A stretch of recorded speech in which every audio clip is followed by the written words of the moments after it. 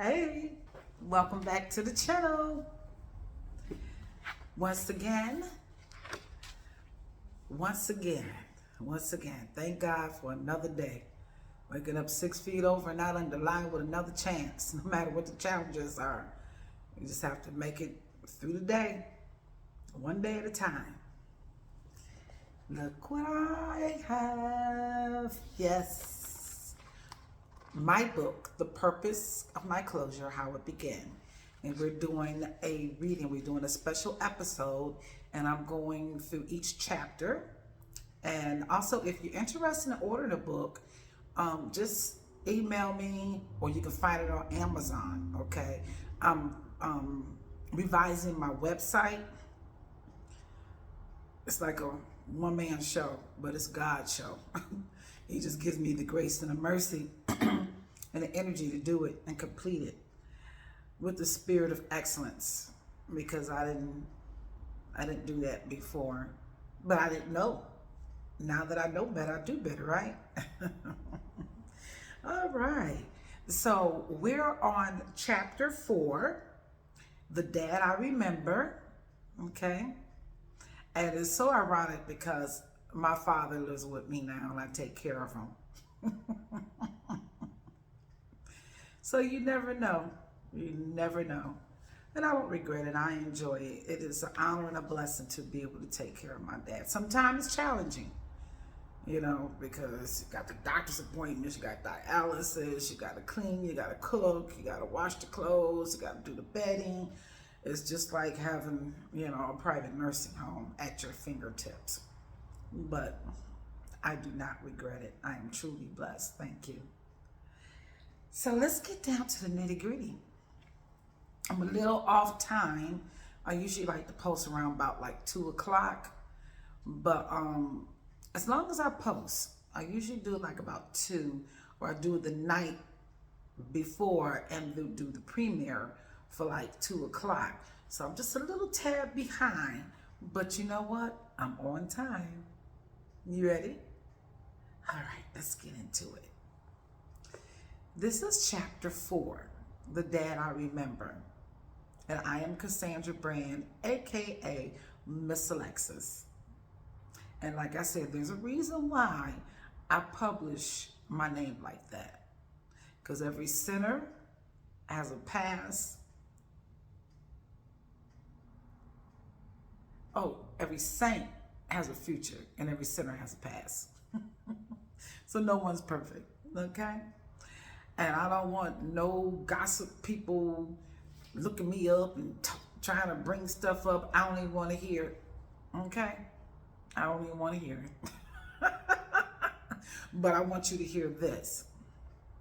At 1970, I learned to talk back with an attitude, developing quickly, mentally, and physically. My first grade teacher, Miss Jelly, sent me to Miss Meyer, the principal's office, for disturbing the classroom regularly. Do you have one of those children, or were you like that when you went to school? Well, you're young, and a lot of times it depends on what's going on at home, or it's like reaching out for attention, like, hey, look at me, look at me. Well, I was known as being the class clown. Like I said, I always demand to be the center of attention. Miss Meyer was a tall white woman, blue eyes with blonde, big hair. Everybody in New York, New Jersey like things big. Full figure, and she wore large frame glasses. Miss Meyer walked me into her office, then set me down across from her desk. Read me my blue slip, then discuss it with me of what happened in class. Now, I don't know if they do it now, but we used to get like a blue slip or a pink slip, that was written from the teacher, and then they sent us down to the principal office. Sometimes you'll get 1 or 2 or 3 smacks with this big old paddle, on your butt, or you sit out, time out, or after school detention. I don't know if they still do that, but this is in 1970. This is how they used to do it. Now, if she thought I was behaving inappropriate, she would place me on in-house suspension or give me 2 or 3 smacks on my butt with a very thick paddle. Seemed to me about 4 to 5 inches thick and 2 feet long. Sometimes she called my father into school to straighten me out or take me home. Daddy was the disciplinary in our home and the only parent who drove a car. My father did try to teach my mother how to drive, but she never pursued it. Ladies, please learn how to drive. In New York, a lot of people depend on bus or public transportation. Even if you don't have a car, get you a license, learn how to drive, okay? He drove Mama where she needed to go, and still today. Like when I wrote this book, he was still taking her wherever she needed to go. She never learned how to drive. Mama was always working at our restaurant, taking care of business. She has always been great with people and maintained very good work ethics. My mother definitely wasn't a lazy woman, but a very hard, dedicated worker and mother. Mama woke us up in the morning for school, combed our hair, cleaned, fed, and dressed us properly for school. Then opened the restaurant on time. I'll admit, we were one of the best dressed students in school. Mama dressed my sister and I alike. I did the same with my 2 oldest daughters. My family was business owners and my dad worked at Chevrolet plant. So money wasn't an issue in our family. I became a business owner too, just in the wrong business. But most kids I hung out with weren't as fortunate as me. A lot of children families were on welfare with food stamps. Some kids came to school with dirty, wrinkled clothes, no breakfast, hair uncombed.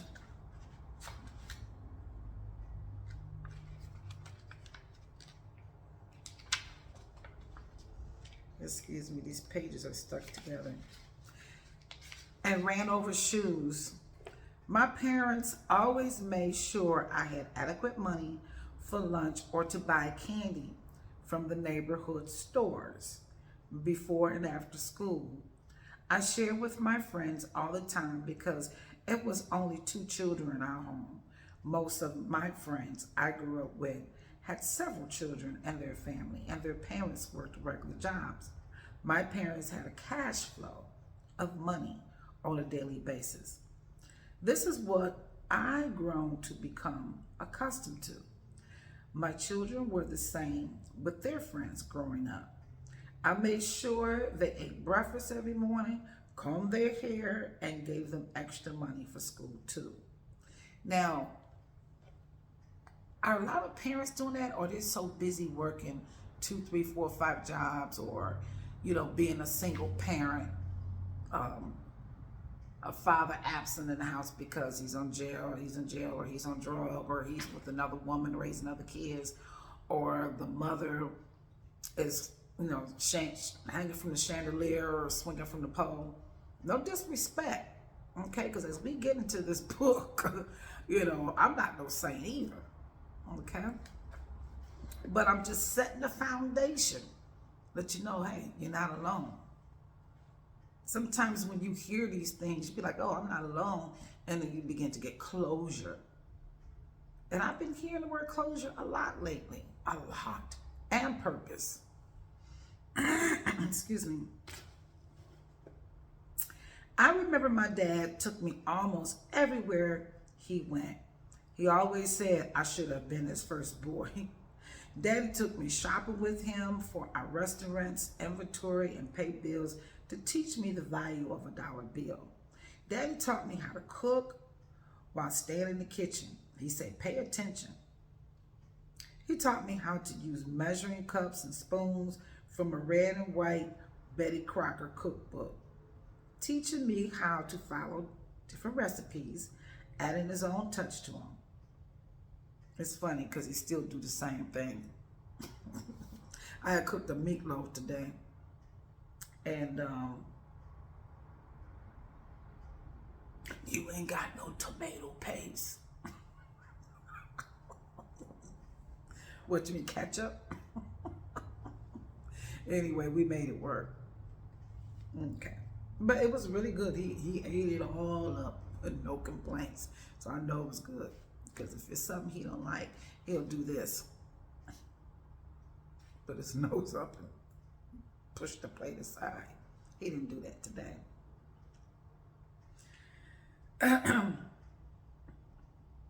Like I said, I have the same book in my kitchen today. I have the same cookbook. I love to cook. People become very surprised once they have eaten my cooking because they thought I wasn't the type of person to cook full course homemade meals. I learned at a very young age. I remember my dad took us to my Uncle Cupboard's farm. My mother's oldest sister named Thelma's husband. We picked strawberries and large purple grapes, and my dad used to make homemade red wine and a barrel that sat in the back room of the house. My sister Tanya and I sneaked to taste it. I never forgot the first taste or how it made me feel. Talking about wine. Uncle Cupboard gave us squirrels, rabbits, and coons. He hunted and cleaned for us to take home to cook for dinner. Don't frown on this. My parents were from the South. Even though we lived in the city, they were still country. I remember one day I came home from school and we had a family dog named Nigger. My mother was in the kitchen cooking and it smelled like well-seasoned meat boiling on the stove and a very large and deep pot. I looked in the pot and began to cry. I asked my mom, who killed Nigger? Because it looked like a dog to me. She laughed and said, that's not Nigger, it's Coon, baby. I was very upset because Nigger was my favorite dog. I left the kitchen walking into what we called the washroom, where we kept all our dogs and saw that Nigger was still there. With the other 3 Doberman pictures, dogs named Maxwell, Portia, and Moopy. Daddy made sure we had protection in our house. Nigger was a crazy German Shepherd mixed with Collie. He reminded me of the dog Lassie. Nigger chased cars and people all the time. Hey, y'all got any of them kind of neighborhood dogs that be running down the street and chasing cars? Well, this dog, he did it. And he did it every morning. Nobody walked on our sidewalk. They would just go in the middle of the street and walk around it. So one day, Nigger chased a car driving in the streets and was hit. My dad took him to the veterinarian to have a cast put on his right leg because it was broken. He got hit and his leg got broken. My father went to court for being sued because Nigger bit someone walking on the sidewalk in front of our house. In the courtroom, everyone laughed as the judge called for the plaintiff, Nigger Brand, to approach the stand. I could never figure out why my dad would name his dog Nigger when he didn't like to be called Nigger himself. That's just like our black community, they'll call each other nigger, but they don't want nobody else to call them nigger. Well, anyway.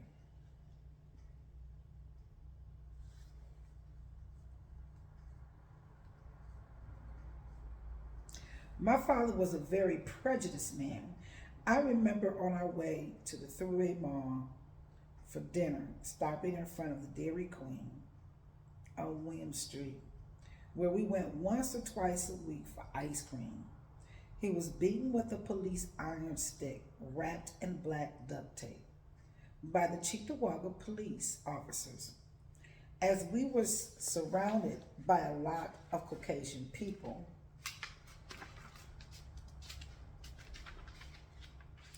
My father told us to get down in the seat of the car while he was trying to defend himself. Then he was taken to jail. It was like a scene from The Color Purple. Y'all remember for The Color Purple? When Oprah Winfrey, she was in town and they was messing with her, and I felt that. I felt that part because I lived that part as a child. You know, my father said, get down, get down. Next thing I know, the police was taking him. And he stepped out the car to confront a white man who called him a nigger. I had watched my father do business with all kinds of nationalities, closing the deals with a handshake. Once they turned their back, he was calling them all kinds of crackers. I have always been more like my mother. I just accept people for who they were. Only color I know is green because mama dealt with all kinds of people every day and in our restaurant. And she established the example for me how to do business and treat people right, no matter what color they are or where they came from. Now, my father's not prejudiced anymore. He was young, okay? You're looking back in the 70s, early 70s, you know, when black people barely had civil rights, okay?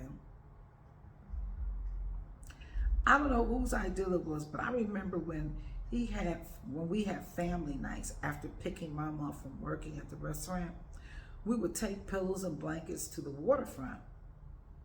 Who knows about the waterfront in Buffalo, New York? Well, that's changed too, because now they have different businesses and apartments, I guess condos and things like that. Buffalo has grown since then. Mama rested her head in my dad's lap while lying on a blanket in the grass. This was the only time I ever seen her in peace. My sister Ty and I went to the playground to swing or ride on the merry-go-round, which made us dizzy. Then we raced to stand along the banks and watch the waves hit against the walls, viewing the dead fish washed along the banks. The waterfront is located on the other side of Lake Erie. That's how close we were to the Canadian Peace Bridge. Sometimes we visit Niagara Falls or drive across the Peace Bridge to eat dinner, or go to Crystal Beach amusement park, where we would have fun on the rides and playing games.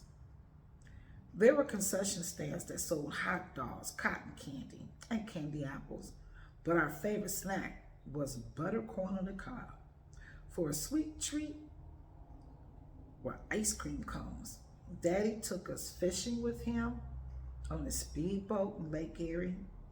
The day that we go fishing, now the day before we go fishing, Daddy and I water the grass in our front and backyard during the day. Then at night we go out to snatch night crawlers, which is earthworms. Anybody know anything about that? You water the grass and then the earthworms will come up, and then we go out at night with the flashlight, looking up, and we'll snatch them up, and that's what we would use to go fishing with. Tadpoles, minnows, but the earthworms were free and adventurous. Now, during the day, at night, we go out and snatch night crawlers, earthworms, from the ground with a flashlight. I caught my first 2 sheephead fish with a bamboo stick. This was one of my most memorable moments in my life. My father enjoyed fishing. It seemed to sober him up. He taught me how to hook the bait on the lines and cast the fishing reels out in the water. When we took the fish home, Daddy taught me how to clean the fish by first taking all the fish scales off, cut it open from the stomach, take the eggs, liver, and bones out. Then Mama would fry the fish served with fried green tomatoes or fried okra with rice and hot water cornbread. My dad was a family man. We were all he had in Buffalo. We were a very close family. Our family had company for dinner often. I had accustomed, I was accustomed to being around adults. He taught me how to set the table with chinaware, forks, knives, spoons, and napkins. Daddy had a lot of class. He made sure we had the best of everything. I remember the admiration I seen in my father's eyes he had for my mother, because she was a very beautiful woman, light skinned with a shape full of curves. Her hair was jet black and very long. She looked like a Nubian queen, and her smile was warm and welcoming. Daddy provided my mother with furs, lambs, minks, and high fashion clothing with accessories to match. I got this from my mom, and that was my example of how a man is to provide for his wife. Daddy was dark, muscular, about 5 feet 7 inches, handsome with a mustache, nice hair, clean shave, using Blue Magic shaving cream with a butter knife, and dressed to impress, wearing excellent polished shoes, as if we were as if he was still in the army. I'm really enjoying reading this to y'all. Could you get the vision of the foundation?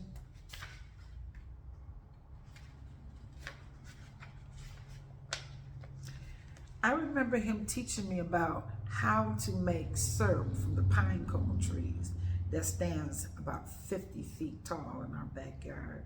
Daddy preserved jam and syrup in jars to store in our basement for hard times, which we call today a backup plan.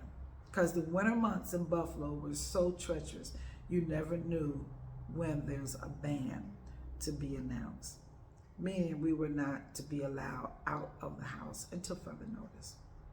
And Buffalo weather, I mean, it was just the snow. I guess because I was so little, so an 8 feet bank of snow is like a mountain to me. You know.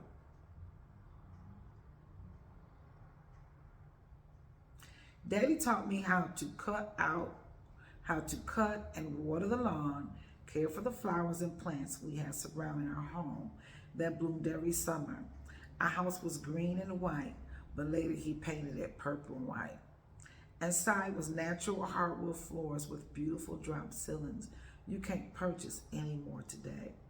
Our house had 3 bedrooms, 1 downstairs and 2 upstairs, with the extra room Mama set up for Tanya and I to watch TV, play, entertain our family and friends. We lived very comfortable. What a beautiful vision my dad created for his family. And that was chapter 4, the dad that I remember.